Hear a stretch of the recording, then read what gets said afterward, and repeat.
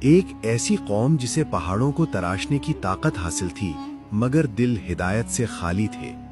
اللہ نے ان کی طرف اپنے نبی صالح علیہ السلام کو بھیجا تاکہ وہ صرف ایک اللہ کی عبادت کریں۔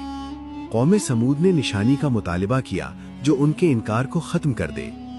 انہوں نے شرط رکھی کہ ایک عظیم اونٹنی چٹان سے زندہ نکلے۔ اللہ کے حکم سے چٹان شق ہوئی اور ایک عظیم اونٹنی ظاہر ہوئی۔ یہ اللہ کی کھلی نشانی تھی جو ان کی آنکھوں کے سامنے تھی۔ نبی صالح علیہ السلام نے فرمایا کہ یہ اونٹنی اللہ کی ہے، اسے نقصان نہ پہنچانا۔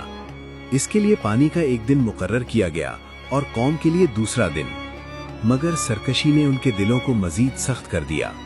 قوم کے سرکش لوگوں نے اونٹنی کو قتل کرنے کا منصوبہ بنایا۔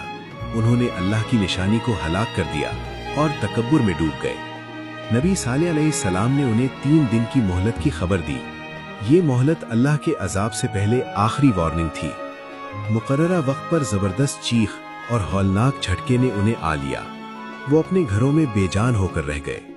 اللہ نے اپنے نبی صالح علیہ السلام اور ایمان والوں کو بچا لیا۔ یہ واقعہ قرآن میں عبرت اور نصیحت کے طور پر بیان ہوا۔